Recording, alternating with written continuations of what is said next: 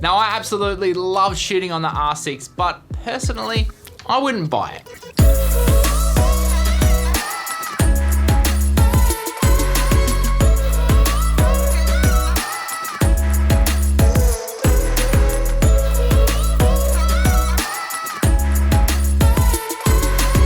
The Canon R6 is one of Canon's latest mirrorless cameras and has a 20.1 megapixel sensor, can shoot up to 20 frames per second with full autofocus and full exposure tracking, has dual SD card slots, Canon's first in-body image stabilization system, dual pixel autofocus 2.0, shoots up to 4K 60 frames per second, and has an incredible low light capability of up to 102,400 ISO.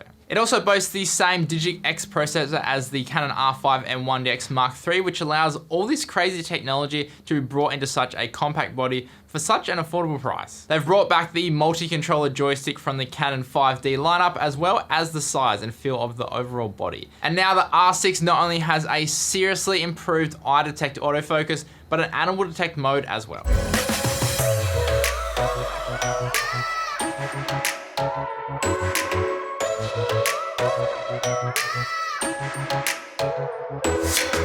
As for build quality, the Canon R6 has a magnesium alloy chassis and a polycarbonate exterior, as opposed to the R5 that has a full magnesium alloy chassis and body as well, which is the same as the EOS R as well. This means the R6 is slightly lighter, but still weather and dust resistant. Now, it does feel a little bit cheaper, kind of like the 6D Mark II, but it's still a fairly solid camera. The new dials are a much welcomed upgrade, as they just feel so much nicer to use and give you much more precise control. The R6 loses that top screen that's on the R5 and also the EOS R, and it replaces it with a dial, which I initially didn't really mind. But after using it for some time, I did miss being able to quickly change modes with the buttons, like on the EOS R, and quickly view settings on that little top screen, especially when you're doing time lapses. So if you want to quickly switch from manual photo mode to video mode, which I'm pretty much always doing, you have to rotate the dial nearly 180 degrees every single time, and it gets a little bit annoying. And unfortunately, the 3 custom mode dials can't be customized fully for video. Now, what I mean by this is that you can set the frame rate and the resolution for your video,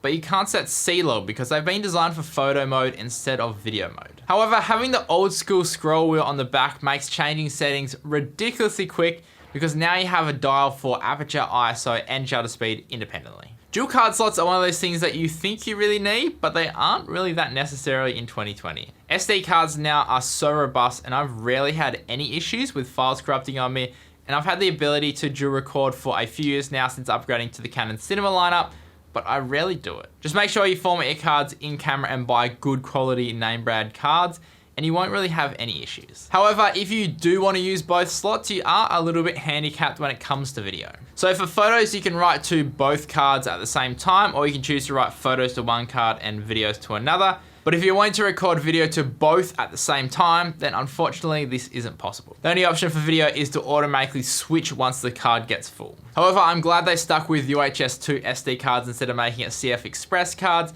because although they are much faster, they are like ridiculously expensive as well.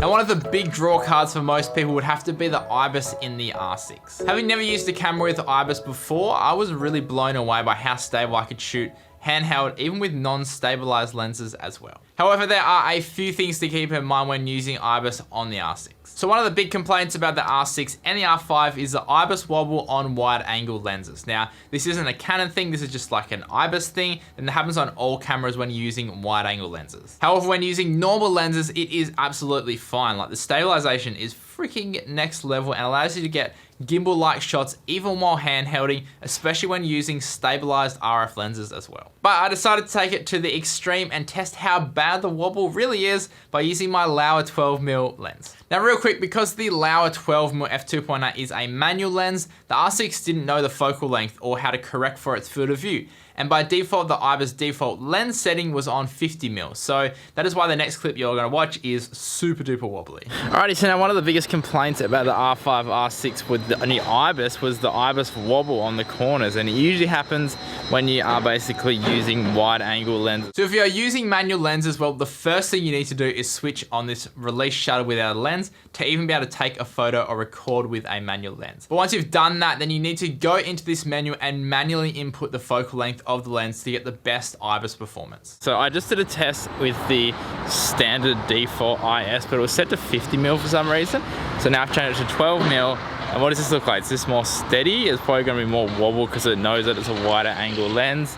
But before it looked terrible, so what does this look like? So as a reference, this is just vlogging with the 12mm on, and this is no image stabilization at all. So you can see kind of like how shaky it is, how wobbly it is. As a second draw card for the new R6 is that 4K 50 option, and boy, is it good. Both 4K modes in the R6 are oversampled 5.1K, and the result is a freaking ton of detail in every part of the image. Both the 4K 25 and 4K 50 look absolutely amazing, and once you switch C-Log on, you get access to that 10-bit 422 color, and they are freaking beautiful. For pretty much all this footage, I've been using the same light I would use on my C200 4K footage, and it works pretty much exactly the same. Oh, and by the way, the 4K mode does have a minor crop of 1.07 times, but it's like barely noticeable at all. If you aren't shooting in C-Log, you'll be recording in a 8-bit 420 in a H.264 format, which will be slightly easier to edit on your computer. But once you switch C-Log on, it switches to a H.265 codec, which is much more CPU intensive to render. So definitely keep this in mind if you're gonna be recording in 10-bit 422 on the R6.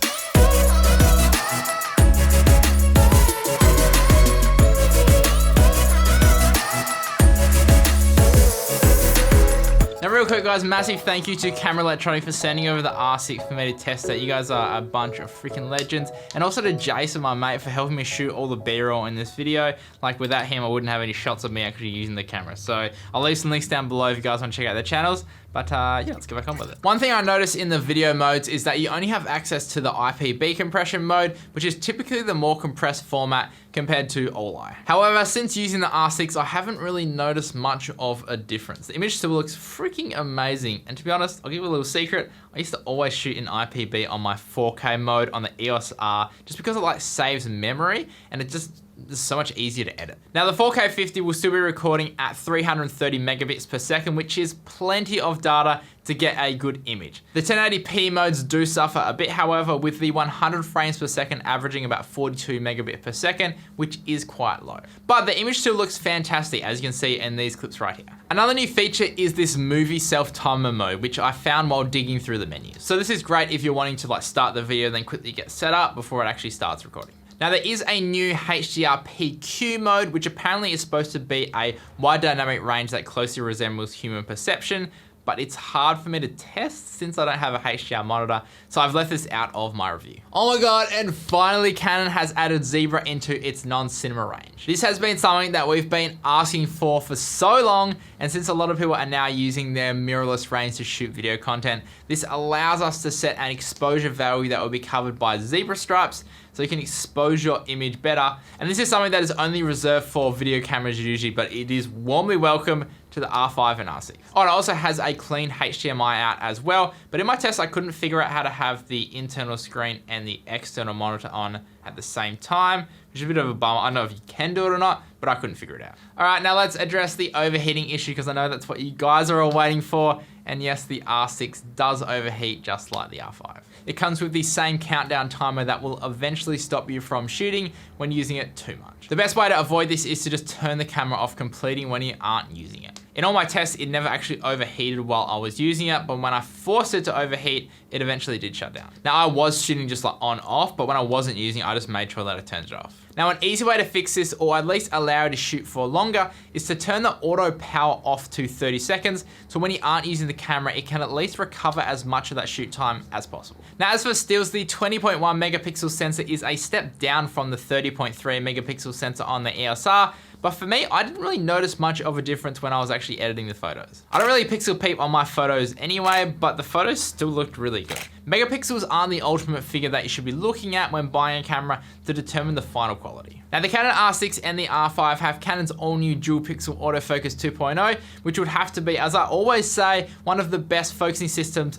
on the planet, hands down. And now it's even better. From the ESR, I've noticed a huge speed increase, especially in face detection and tracking. And now it's honestly way smarter as well. So if you are tracking a subject and it goes out of frame or it gets obscured, it can pretty easily find it again once it comes back into frame. The biggest problem I have with the ESR is that the face detection hates my glasses for some reason, and it really struggles to grab focus on my face. But the R6 literally locked on immediately, and not just like my face, it was able to detect my eyes as well. They've also added animal tracking as well, which seems to work really good. So I shot some clips of my friend's new puppy as she was running around and just let the camera do all the thinking for focus, and it did a pretty solid job. There were a few times where it got confused, but for the most part, it could figure out what it needed to focus on, even when she wasn't really facing the camera as well. It would switch from face detection to just focusing on her body when she turned away from the camera, and this was the same when taking stills as well. Throwing it into servo mode, I just half pressed the shutter button and locked on pretty dang good. The one thing I would say, however, with this is to not shoot at a super low aperture, because the eye detection wasn't working super great on Peaches the puppy